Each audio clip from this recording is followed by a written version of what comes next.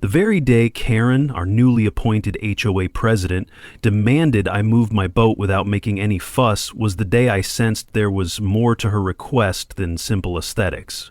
She showed up at my doorstep, her manicured nails tapping irritably on my front door frame as she explained in clipped tones that my boat, a cherished relic of my late father, was an eyesore. She insisted I remove it from my dock immediately, no further discussion or objections allowed. It all happened before I'd even finished my morning coffee. Nothing in her voice or posture suggested she wanted a polite back and forth. It felt like a verdict had been announced, and I was expected to comply. I remember standing on my porch, staring into her steely eyes, and wondering how on earth we reached this point. But her abruptness wasn't what truly unsettled me. It was the unspoken arrogance behind her words. She didn't ask, she commanded, as though I were a mere tenant living under her benevolent grace. When I politely tried to clarify which HOA bylaw I'd violated, Karen cut me off with a wave of her hand. "We have standards here," she said, as though that explained everything. The message was clear enough. The boat had to go, and I was to do it quietly. That marked the beginning of a conflict neither of us could have predicted. Or maybe Karen had, in her own cunning way, anticipated my capitulation. To her, I was just another member of the association who would bend under pressure, remove the offending item, and fade quietly into the background. But she made a grave mistake. She assumed I had no backbone. Only minutes later, when I walked back inside, I found myself reeling from the whiplash of her visit. My home, a modest yet cozy cabin by the lake shore, had felt like a peaceful refuge until that morning. I'd moved here for solace and stability after losing my father to a heart attack a few years earlier. The boat, named Meadowlark, was all I had left of him. He'd taught me how to handle her sails and read the wind. Though I hardly claimed to be a professional, I cherished every memory of our hours out on the lake. Now, apparently, Meadowlark didn't measure up to HOA standards. I took a few deep breaths as I stared at a photograph of my father mounted on a side table. Next to it sat a small wooden model of a sailboat he'd carved during my childhood. The tension in my shoulders grew. I knew from stories around the neighborhood that certain HOA boards could become tyrannical, but until that day, I had never been on the receiving end of such blatant intimidation. Now, as Karen left tire tracks in my driveway, I felt a storm brewing deep within my gut. My property was located near the western curve of Crescent Lake, which gave me a panoramic view of the water. I'd often watch herons and gulls glide along the surface at sunrise. The placid water calmed me. Before Karen's abrupt intrusion, I'd been planning a morning sail. The lake was usually still around that time, with just enough breeze to push Meadowlark gently along. I'd wanted to do a simple run to the far cove and back. That cove was a spot my father had adored. Now the thought of setting foot on my boat filled me with a queasy sense of dread. How could I enjoy a peaceful sail knowing a battle with the HOA was brewing? I decided to call a neighbor for perspective. Jenna lived across the street and had once served on the HOA board in a minor role before stepping down. When she answered, her voice sounded hesitant. "I saw Karen heading your way," she said. "Something about the new boat policy. You okay?" I tried to explain what happened, but my frustration quickly took over.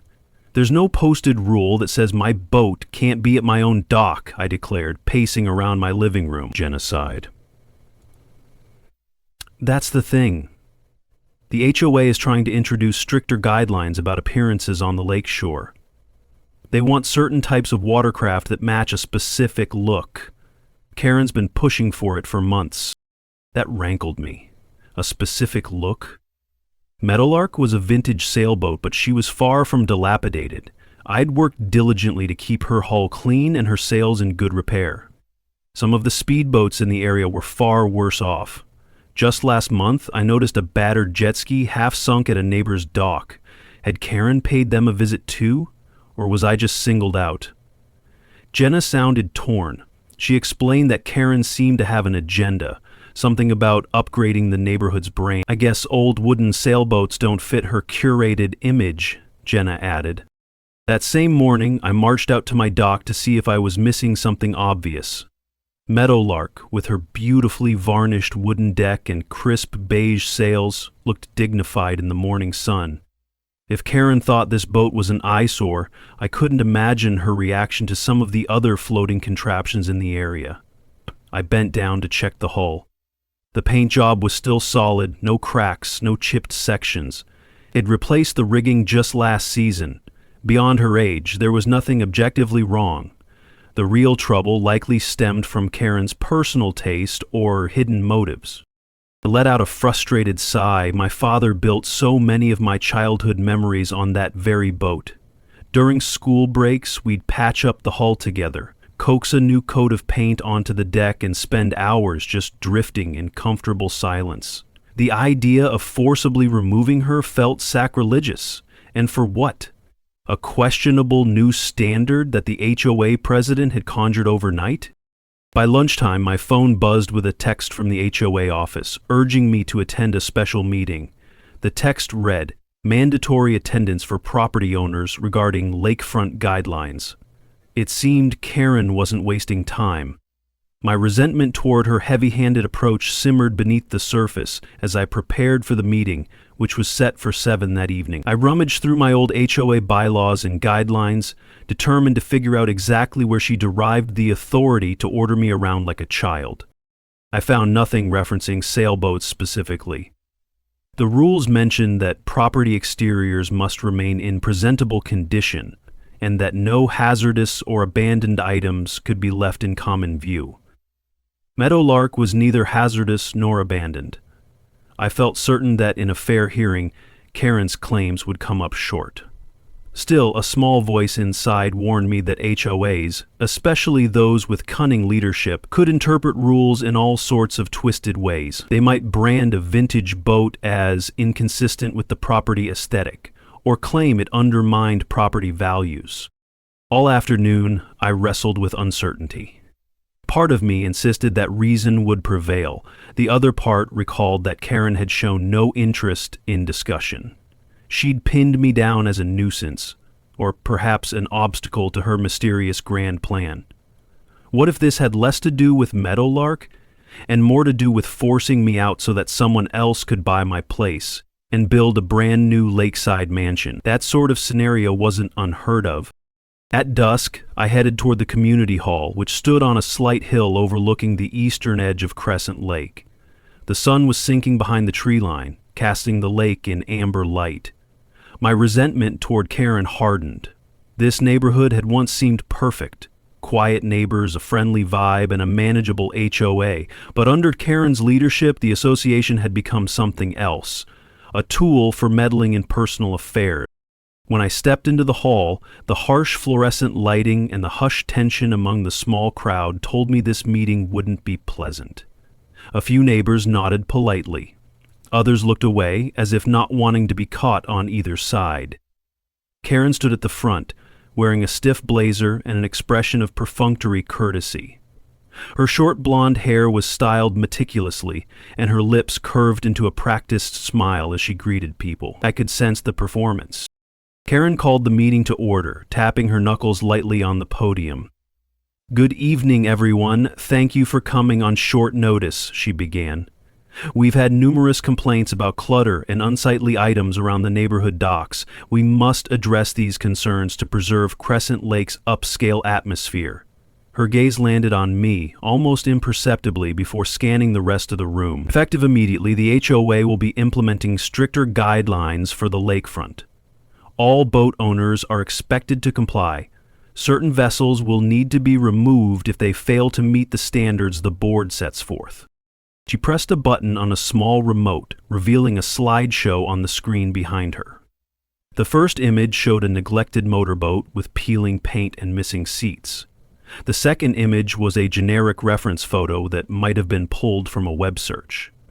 Then, to my horror, the third image, though partially blurred, was obviously Meadowlark. I recognized the shape of her mast and the distinct wooden trim. The caption read, "Outdated sailboats that detract from property values." My stomach churned as murmurs circulated through the crowd. I caught Jenna's eyes. She looked torn. Karen then elaborated on her plan to create a luxury vibe for the neighborhood. She used phrases like community excellence and visual coherence. The more she talked, the clearer it became. She was painting older boats as impediments to the area's image. My jaw tightened. It wasn't just about my boat.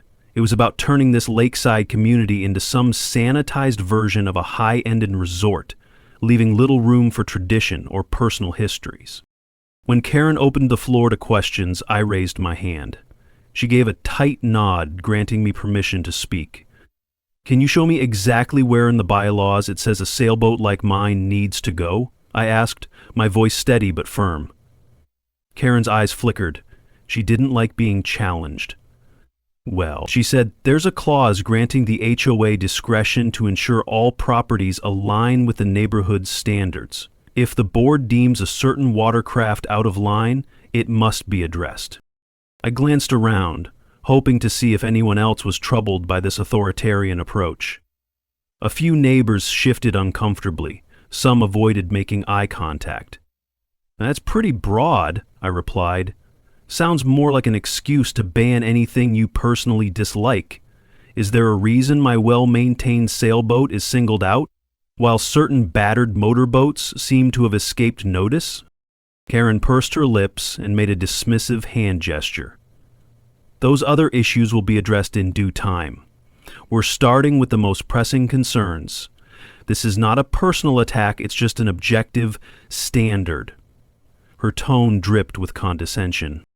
An older man in the back, Mr. Levin, stood up. He removed his cap, cleared his throat, and said, "I've known that sailboat for years. It belonged to his father before. I've seen the care he puts into it. Why is it singled out?" Karen's placid smile faltered. "We have to begin somewhere," she insisted. "Unfortunately, older boats tend to be less visually appealing." I wanted to retort that Meadowlark's classic lines were infinitely more appealing than the flashy, unkempt speedboats clogging other docks, but the frustration choked me. Karen swiftly moved on, ignoring Mr. Levin's question. She concluded with a directive that letters would be sent to offending boat owners, giving them a 30-day window to remove or replace their vessels. Any refusal to comply would incur a daily fine. The meeting ended abruptly. Karen seemed to want to avoid any further debate. On the walk home, my mind swirled with indignation. The idea that my father's sailboat, which I maintained meticulously, could be dismissed as outdated made my blood boil.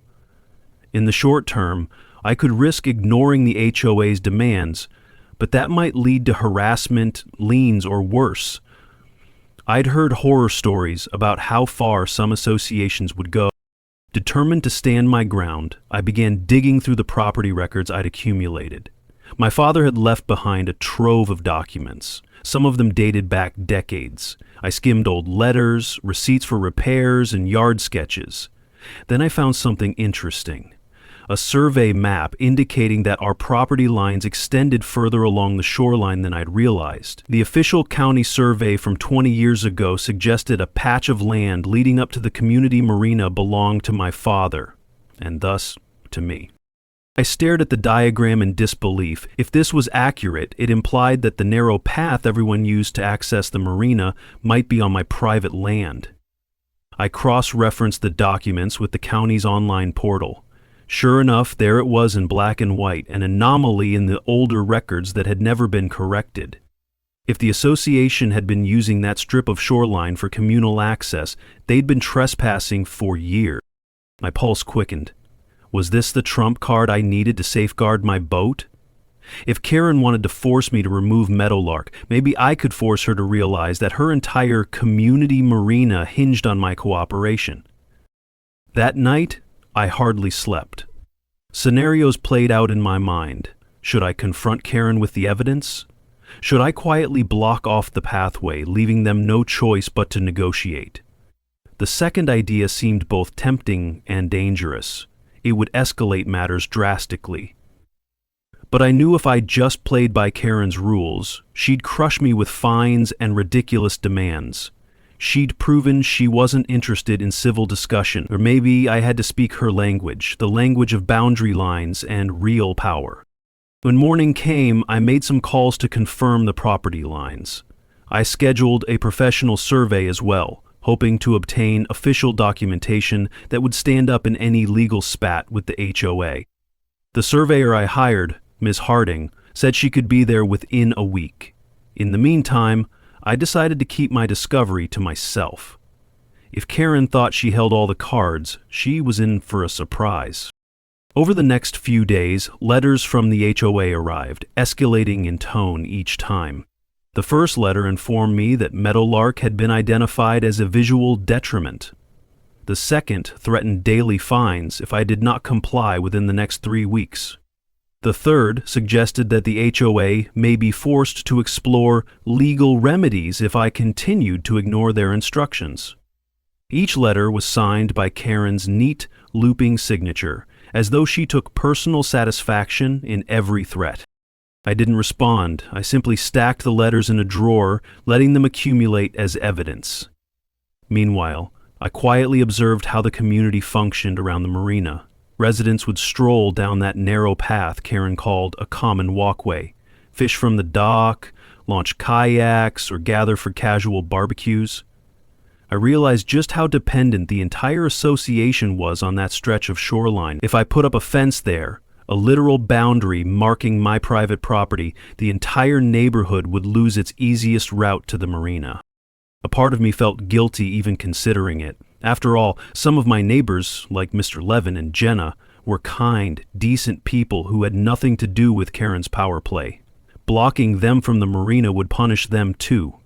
But I also recognized that if I didn't push back with equal force, Karen would keep bulldozing me until I had no recourse. Perhaps the best path was to put up the fence, then work out a private agreement with neighbors I trusted, granting them special access. The day Ms. Harding arrived, I met her at the edge of my lawn, leading her around the shoreline. She was a precise and meticulous woman, wearing a baseball cap and carrying a digital surveying instrument. For hours, she measured angles, distances, and cross-referenced old county maps. Finally, she confirmed my suspicion. The path in question fell squarely on my property. She seemed surprised that the HOA had never filed an easement. Usually they'd want to secure official permission if they're going to promote a path as communal, she remarked. Her final report was golden. It laid out in concise legal terms how the boundary line cut right across the association's presumed walkway. Ms. Harding's official stamp gave it the legitimacy I needed. Now, I had a potent weapon if Karen insisted on pushing me further. I spent an evening drafting a letter to the HOA board, politely explaining that their walkway was on my land and that I was prepared to build a fence to mark my boundary unless they stopped harassing me about my boat. I was prepared to be civil, offering the possibility of negotiating an easement. My letter, though measured, carried an unmistakable message. If they wanted to play tough, I could play tougher. However, I decided not to mail the letter yet. Part of me yearned to see if Karen would attempt any final act of intimidation.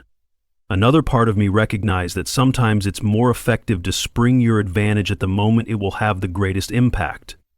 So I waited, continuing my routine, keeping an eye on the path. The tension rose each day, like a pot close to boiling over. Finally, a summons arrived in my mailbox. A formal notice that the HOA planned to hold a hearing regarding my violation if I failed to remove the boat in the next week. This hearing could result in fines, legal fees, and even liens. That was the last straw. No more waiting. I decided I'd erect a fence around the perimeter of the disputed path, complete with a lockable gate. Let them come to me with their complaints, and then I'd reveal the survey proving my ownership. I called a fencing company and explained my predicament. The manager said he'd heard plenty of HOA horror stories. He promised they could install a sturdy fence in a single day if the area wasn't too large. I set an installation date, timed to occur just before the hearing. As the date approached, I prepped the site, trimming back brush and clearing debris. While doing so, I overheard neighbors discussing a large Marina event planned for the following weekend. Something about a charity auction that Karen was organizing with local businesses. They intended to host a fancy dinner right at the Marina, complete with local politicians in attendance. The path on my land served as the main access route for caterers, equipment, and elderly guests who wouldn't be able to climb the rocky shoreline from anywhere else. A wry smile touched my lips. This event might give my fence project even more leverage. If Karen needed that route open, she'd have no choice but to negotiate with me. Let's see how she would respond when she realized the path was no longer hers to control. The morning of the fence installation arrived bright and early. At precisely 7 o'clock, a truck rumbled up my driveway. 3 workers hopped out, greeted me politely, and unloaded cedar posts, concrete mix, and rolls of chain-link fencing. I'd chosen cedar posts because I wanted something aesthetically pleasing. Even if I was making a statement, it didn't mean I had to turn the property into an eyesore. They started at the boundary line Ms. Harding had identified, measuring carefully to ensure we respected the official survey. The workers placed the posts at intervals, bracing them in concrete. Watching them proceed gave me a sense of vindication. No matter what Karen claimed, this was my right. A few neighbors looked on curiously from across the street, but none approached. Around 9, I heard the screech of tires. I didn't need to guess who it was. Karen stormed out of her sleek SUV, her posture rigid with fury. She marched right up to me, ignoring the workers. "What on earth are you doing?" she hissed. "You can't just fence off community property like this." Her voice rose at the end, making it clear she was outraged. I suppressed a smirk. "Good morning, Karen. I'm just making improvements on my land. Is there a problem?" She pointed an accusatory finger toward the fence line. "Yes, that's a problem. The HOA has rights to this path. You're obstructing the only safe route to the Marina for our upcoming event. Remove these posts immediately. You're in violation of multiple regulations." My heart raced a little, but I kept my tone cool. "I have a recent survey showing this land belongs to me, not the HOA. Since you've chosen to pursue daily fines against my boat, I decided it was time to mark my property boundaries. If you'd like to see the documents, I'm happy to share them." She stared at me, her expression equal parts shock and anger. "This is a direct attack on the community," she sputtered. "You can't do this just because you disagree with a perfectly valid rule about boat aesthetics." That's when I pulled out a copy of Ms. Harding's survey from a plastic folder. "Here, this shows that the path is on my private land. There's also no recorded easement granting the HOA the right to use it. I'm well within my legal rights to fence it." She scanned the paper, her jaw tightening. I could see the gears in her mind struggling to refute the evidence.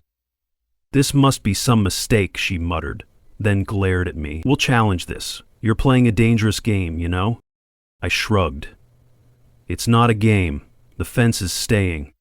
Perhaps next time you decide to impose arbitrary rules about my boat, you'll remember that property lines work both ways.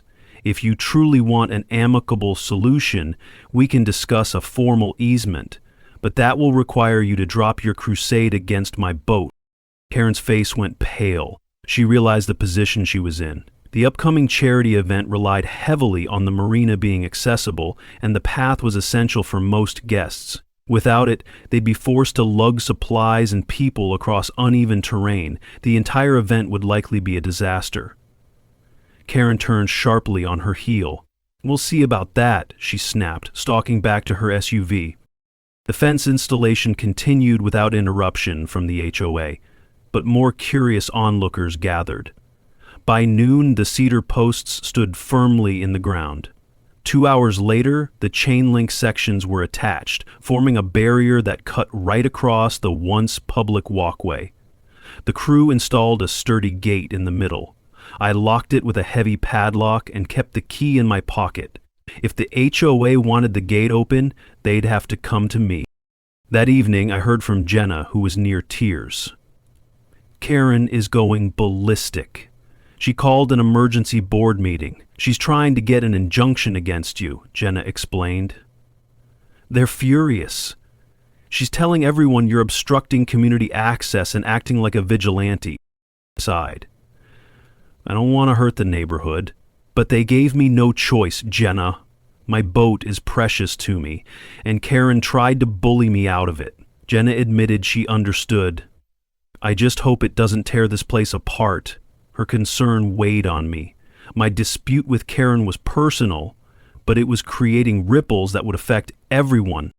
The following day, I received an official letter from the HOA's attorney, demanding I remove the fence or face legal consequences.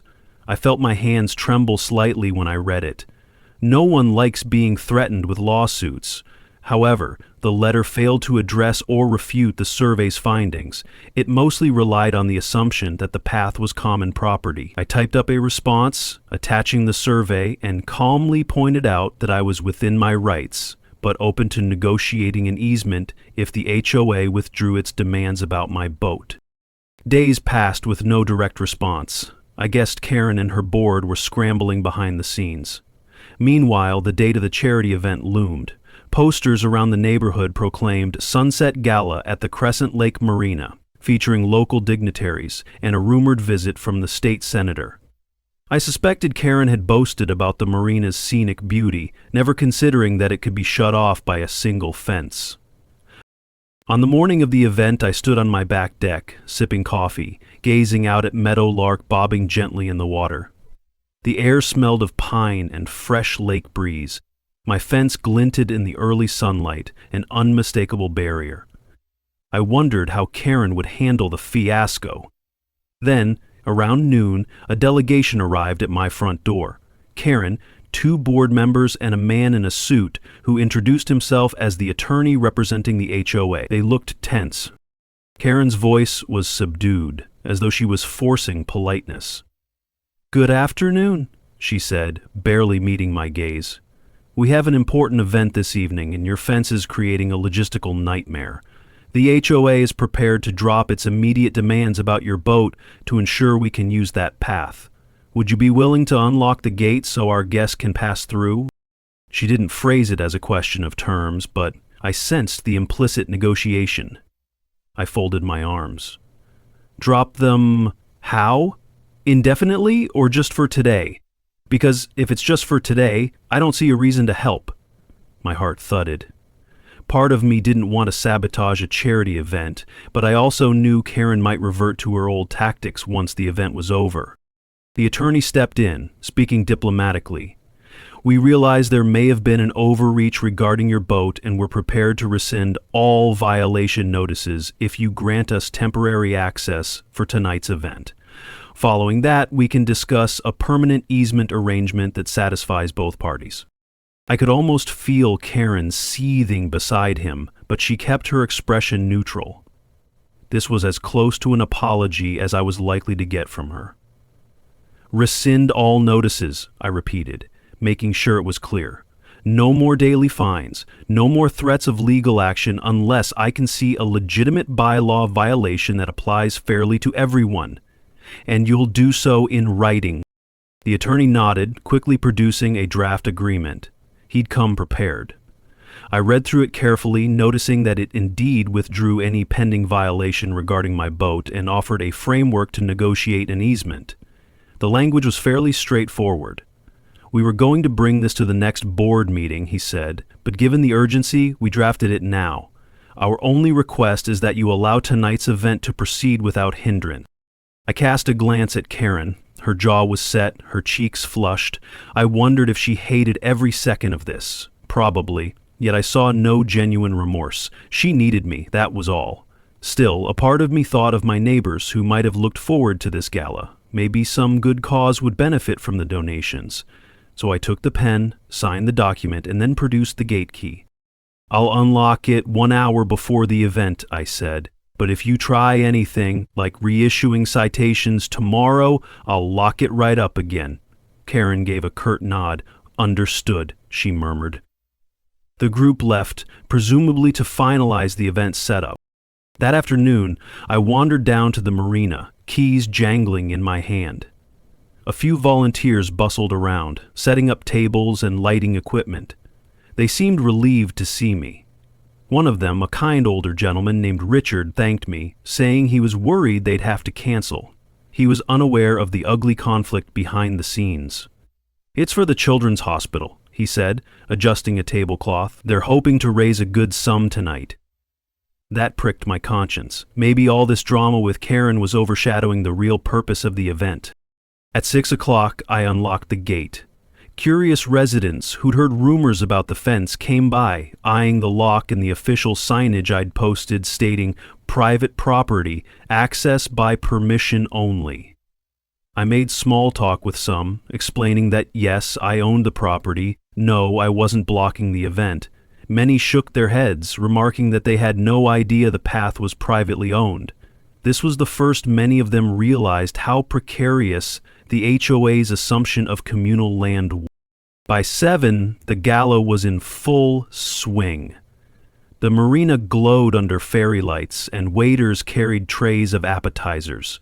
Karen, dressed in a sleek evening gown, played hostess to local politicians, real estate moguls, and other well-to-do acquaintances. I watched from a distance, noticing how skillfully she schmoozed. She pointed to the lake, the scenic horizon. I couldn't help but grin at the thought that behind all this finery stood my locked gate, the real entry point, reminding her she wasn't as all-powerful as she pretended. The event seemed to run smoothly.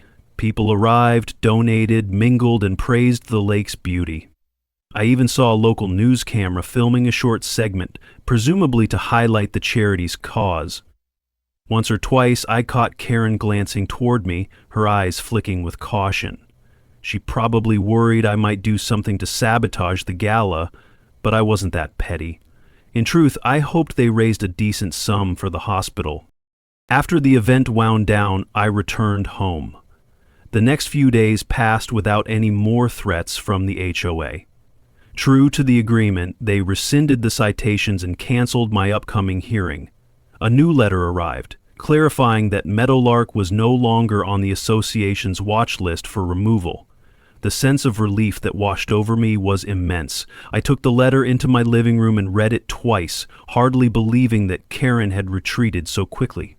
Still, something nagged at me. Karen's abrupt shift wasn't necessarily a transformation of heart, it was likely self-preservation.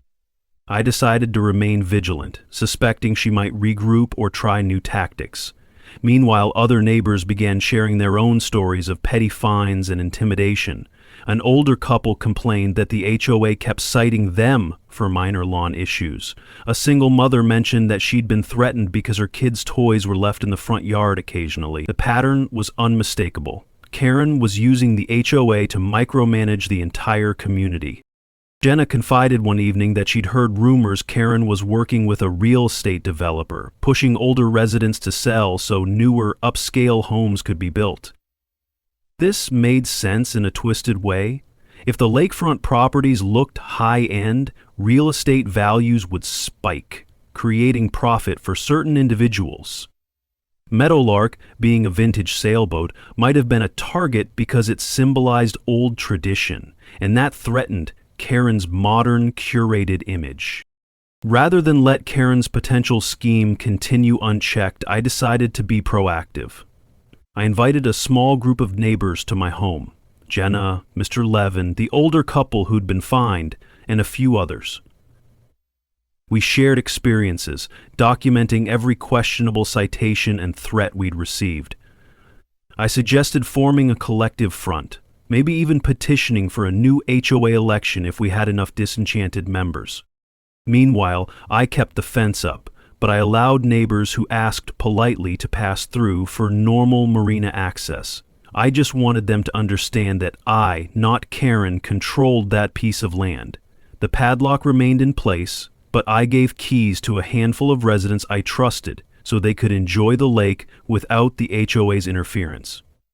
They were relieved, and some apologized for not speaking up sooner. A few weeks later, a surprising visitor knocked on my door. She was a middle-aged woman named Carol, a former HOA board member who claimed she had dirt on Karen. According to Carol, Karen had manipulated board members by threatening to withhold funds for community projects if they refused to support her strict regulations. Carol had emails and messages showing Karen's blatant abuse of power. "I couldn't stomach it anymore," she said, handing me a flash drive with digital copies. "She's running the HOA like a dictator. People are scared to oppose her." This new evidence was a potential game changer. I gathered my small group again, showing them Carol's files. Jenna recognized a pattern in the language. It indicated Karen was colluding with a local developer, funneling information about which homeowners might be vulnerable to intimidation so they'd sell at below market prices. The entire scheme was bigger than just my boat. It was about systematically reshaping the neighborhood into a profitable venture for Karen and her associates. Our group decided it was time for a community-wide meeting. We booked the same hall the HOA used, distributing flyers to every household, clarifying that we needed to discuss urgent community matters. Word spread fast. By the time the meeting day arrived, more than half the neighborhood showed up, curious or concerned. Karen, flanked by a couple of her loyal board members, stood near the back, arms folded. I could sense her displeasure at being left out of the planning. I stepped to the front, my heart pounding. Public speaking wasn't my forte, but this matter felt personal and urgent. I explained briefly how Karen had tried to force me to remove my boat, then described discovering the walkway was on my land leading to the fence. I admitted I wasn't proud of causing inconvenience to innocent neighbors, but it had forced the HOA to concede. Then I introduced Carol, who showed the crowd the emails and communications revealing Karen's real intentions. Gasps and murmurs filled the hall. Some folks looked outraged, others looked fearful. The older couple who'd been unfairly fined voiced their frustration. Mr. Levin mentioned how Karen had threatened him with code violations if he didn't repaint his home in a specific color. Stories emerged from all corners of the community about questionable fines and intimidation. It was as though a collective weight was lifting, as people realized they weren't alone in experiencing Karen's overreach. Finally, Carol dropped the biggest bombshell. Financial records indicating that Karen had rerouted HOA funds to pay for consultations with the developer. People demanded answers. Karen tried to defend herself, claiming it was all a misunderstanding, but the evidence was too damning. Residents began calling for her resignation. Someone proposed an immediate vote of no confidence. Karen tried to hold her ground, insisting that only a formal HOA election could remove her. But the room was livid. Shouts erupted, calling for an interim board. Legally, the process might be complicated, but the moral verdict was clear. She had lost the neighborhood's trust. With dozens of residents turning against her, Karen finally stormed out, her composure cracking as she muttered threats of legal action. In the aftermath, a group of volunteers formed an interim committee. They promised to hold a special election within 30 days to reorganize the HOA. Meanwhile, the evidence of Karen's collusion would be passed to local authorities for a possible investigation into misused funds or corruption.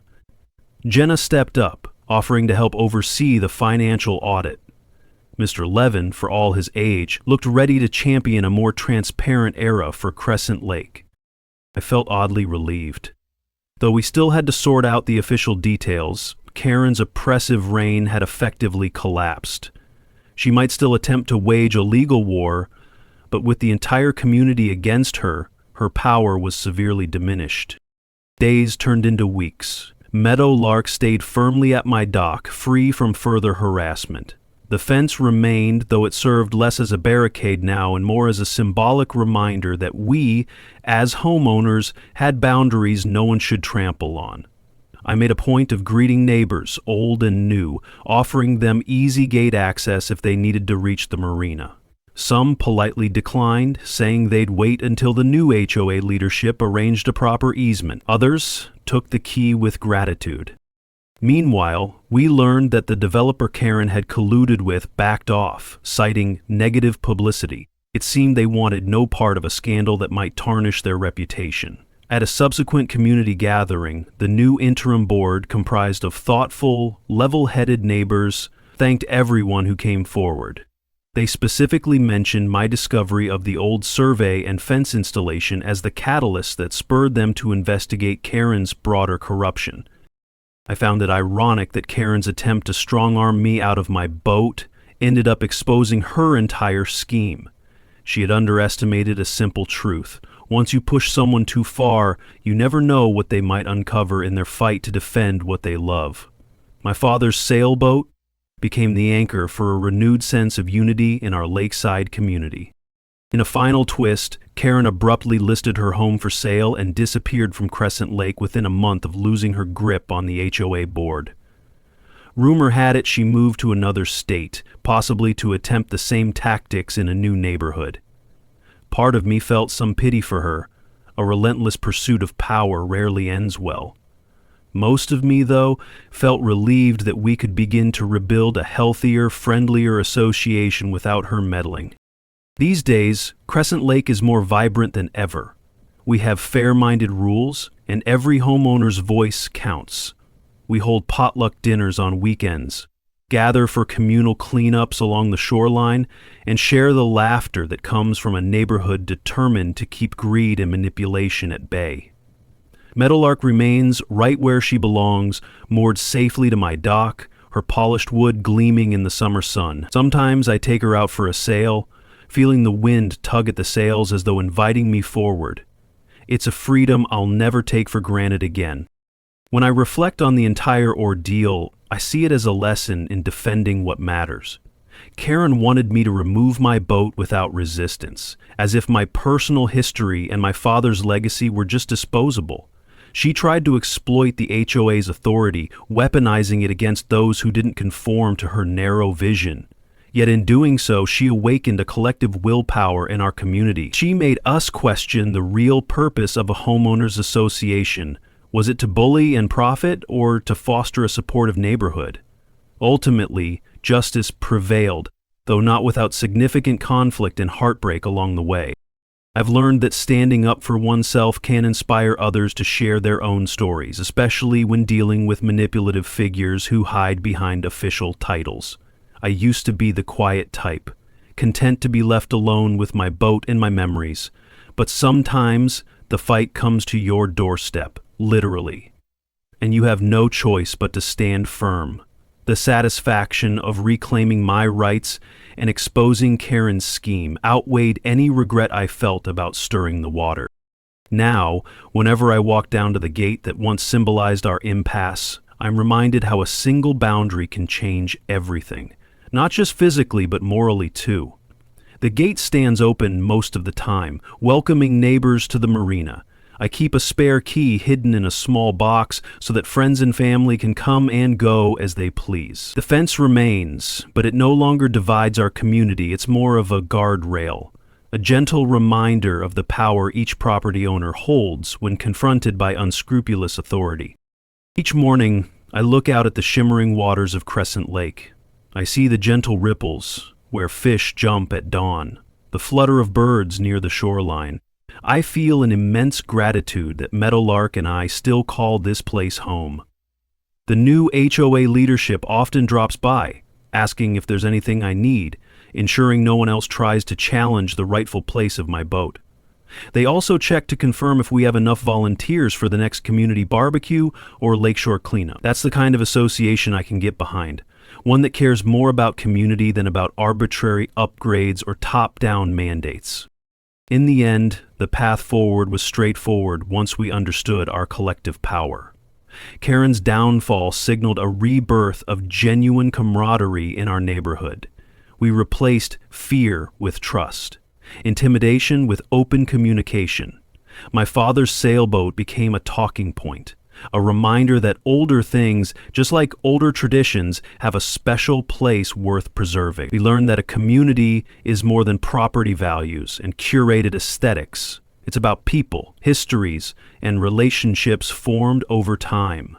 And so, Crescent Lake floats on, as serene as ever, a living testament to what happens when a small group of determined neighbors say no to bullies in power, The gulls still circle overhead, the breeze still whistles through the pines, meadowlark still waits for her next sail, and I stand at the helm, secure in the knowledge that once you fight for what's rightfully yours, you'll never again allow someone like Karen to push you around. Sometimes you just have to build a fence and watch as the truth sets an entire community free.